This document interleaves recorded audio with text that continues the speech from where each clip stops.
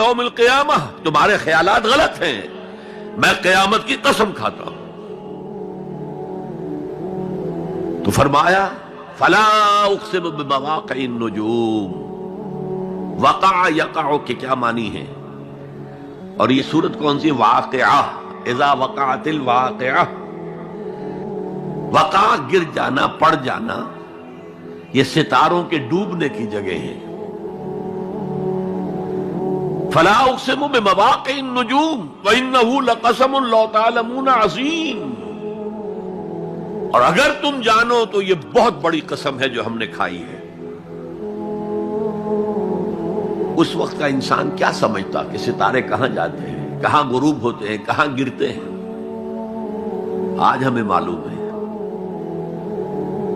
سورہ حامیم سجدہ میں جو کہا گیا ہے سنریہم آیاتنا فی الآفاق وفی انفسہم حتی یتبین لہم انہ الحق، ہم انہیں اپنی نشانیاں دکھائیں گے آفاق و انفس میں، یہاں تک کہ یہ بات واضح ہو جائے گی کہ قرآن حق ہے۔ آج ہمیں معلوم ہے خلا میں بلیک ہولز ہیں،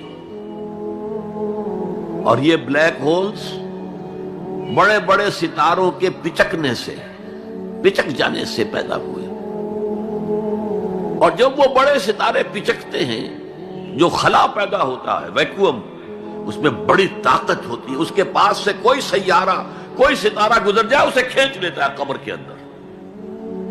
یہ بلیک ہولز کا تصور۔ اسی لیے اللہ نے اس وقت کے لوگوں کے لیے کیا کہا؟ فلا اقسم بمواقع النجوم وانه لقسم لو تعلمون عظیم، انه لقرآن کریم، یہ بہت باعزت قرآن ہے، فی کتاب مکنون، ایک چھپی ہوئی کتاب میں ہے، لا یمسہ الا المطہرون، اسے چھو ہی نہیں سکتے مگر انتہائی پاک ہستیاں۔ اس کے کیا معنی ہے؟ پہلی بات تو ہمیں معلوم ہو گئی، مراد فرشتے ہیں، بے ایدی سفرۃ کرام بررہ، اسی کی شرح ہو رہی ہے نا۔ اسی سے ایک فقہی مسئلہ نکالا گیا کہ بغیر وضو کے ہاتھ نہ لگاؤ، لیکن اس کا اصل مفہوم کیا ہے وہ سمجھیے۔ قرآن کی روح تک کوئی نہیں پہنچ سکتا جب تک کہ تزکیہ نفس نہ ہو گیا۔ اگر حب مال، حب دنیا، حب جاہ، حب شہرت، اگر یہ تمام محبت میں دل سے نکل نہ جائیں تو قرآن کی روح تک آپ کی اپروچ نہیں ہوگی۔ مولانا روم نے کہا ہے، اگرچہ ذرا میں سمجھتا ہوں کہ انہوں نے بہت سخت الفاظ استعمال کیے ہیں، ماز قرآن مغزہا برداشتے استخاں پیش سگا انداختے، ہم نے قرآن سے اس کا مغز لے لیا ہے، جو ایسنس ہے وہ کھینچ لیا ہے، ہڈی کا گودا جو ہے وہ ہم نے نکال لیا، ہڈیاں ہم نے پھینک دی ہیں کتوں کے سامنے جو لڑ رہے ہیں۔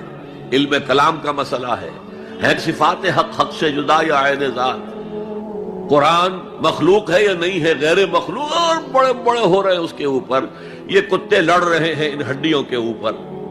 ہم نے اس میں سے اصل شے نکال لی، وہ کیا ہے؟ اللہ کی محبت، اللہ کی معرفت، یہ ہے اصل شے۔ ماذ قرآن مغزہ برداشتے استخاں پیش سگا انداختے۔ تو جب تک انسان کا باطن پاک نہ ہو جائے وہ قرآن کے چھلکوں سے کھیلتا رہے گا، چاہے وہ کہنے کو مفسر ہو، قرآن کے باطن تک کبھی نہیں پہنچے گا۔ فی کتاب مکنون لا یمسہ الا المطہرون تنزیل من رب العالمین، یہ تھوڑا تھوڑا کر کے اتارا گیا ہے رب العالمین کی طرف سے۔ انزال کے معنی ہے دفعتاً اتار دینا۔ لیلۃ القدر میں آیا انا انزلناہ فی لیلۃ القدر، رمضان کے بارے میں شہر رمضان الذی انزل فیہ القرآن، باب افعال، لیکن حضور پر ایک دم نہیں اترا، تھوڑا تھوڑا تھوڑا تھوڑا 23 برس میں جا کر اس کی تکمیل ہوئی۔ اب دیکھیے جو شکوہ کیا اللہ نے، کیا اس جیسی نعمت سے تم مداہنت کر رہے ہو، بے اعتنائی کر رہے ہو؟ اسے پڑھتے نہیں ہو، اسے سمجھتے نہیں ہو، اس پر عمل نہیں کرتے، اسے اپنا امام نہیں بناتے، تمہارا طرز عمل یہ ہے، بلکہ تم نے اپنا نصیب یہ بنا لیا ہے کہ تم اسے جھٹلا رہے ہو۔ غور کیجئے، جھٹلانا جو ہے دو طرح کا ہے۔ ایک ہے زبان سے کہنا، یہ نہیں ہے کوئی اللہ کا کلام نہیں ہے، یہ قرآن وغیرہ جھوٹ سب اساطیر الاولین ہیں، یہ محمد نے گھڑ لیا ہے وغیرہ وغیرہ، جھٹلانا ہو گیا۔ ایک جھٹلانا ہے عمل سے جھٹلانا، مان تو لیا اللہ کا کلام ہے لیکن اس کی حرام کردہ شے کو اپنے لیے حلال کیا ہوا ہے۔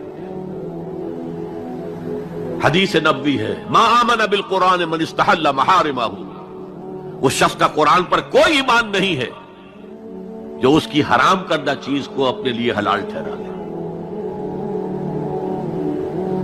اس سے